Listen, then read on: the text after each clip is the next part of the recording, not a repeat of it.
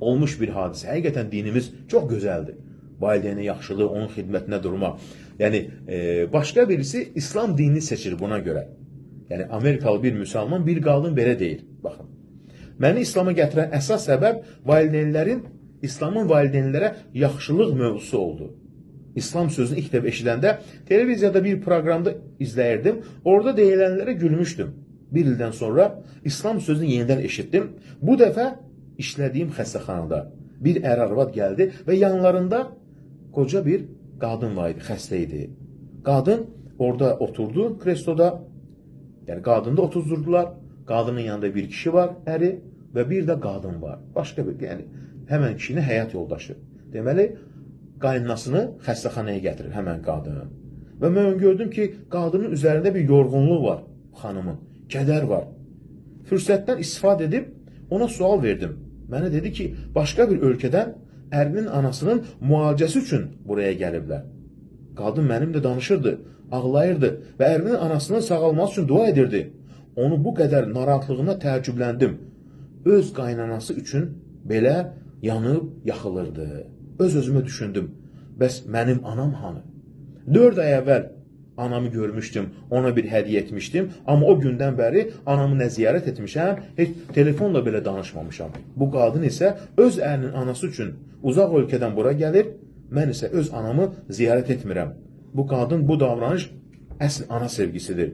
Bəs mənim ərimin anası olsaydı, qaynanam, mən necə davranardım? Mən bu iki həyat yoldaşının davranışı çox heyrətləndirdi. Xüsusən də ananın vəziyyəti ağır idi, o ölümə daha yaxın görünürdü. Qadının qaynanasına olan qayğısı və sevgisi sanki öz anasına etdiyi kimi idi. Özünü yormasına baxmayaraq, yenə də ərinin anasının xidmət edirdi. Bunu niyə edirdi? Bu qədər fədakarlığın səbəbi nə idi? Artıq beynimi başqa heç bir şey məşğul etmedi. Yalnız bu mövzu haqqında düşünürdüm. Öz-özümə təsəvvür etdim. Əgər bu qadın mənim anam olsaydı, o necə sevindirərdi onu? O zaman deyir, düşündüm ki, həqiqətən də burada bir sir var. Baxın, onlara zənglər gəlir, onlar xidmətində dururlar. Bir gün gözləm otağında idim. Qadının tək olduğunu gördüm və bundan istifadə edib onunla söhbət etmək istədim. Valideynlərə hörmətin İslamda nə qədər böyük bir haqq olduğunu, İslamın insanlara bunu necə öyrətdiyini mənə izah etdi. Həmçinin yaşlı insanlara necə rəftar etməyim lazım olduğunu izah etdi. Bir neçə gün sonra qoca qadın vəfat etdi. Onun oğlu və gəlini körpə uşaqlar kimi hönkür-hönkür ağladılar. Mən bu ər-arvadı və onlara İslamda valideynin haqqı barədə danışdıqlarımı heç vaxt unutmadım. Sonra yaxınlardakı İslam mərkəzlərinin birinə kitab sifariş etdim valideynlərin haqları barədə.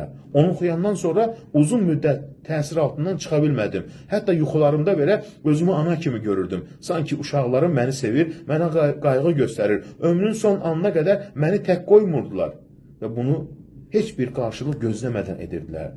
Bu yuxu mənə elə gözəl təsir etdi ki, İslam haqqında heç bir şey bilmədən, yalnız valideynlərin haqqını öyrəndiyim üçün müsəlman olmağa qərar verdim. Allah həmd olsun ki, müsəlman bir kişi ilə evləndim, övladlarım oldu. Onlar üçün daim hidayət, düzgün yol və yaxşılıq diləyirəm. Baxın, bir insanın İslamı sevib nəyə görə? Valideynlərə olan hörmətə görə. Baxın, dinimiz nə qədər önəm verir valideynlərə.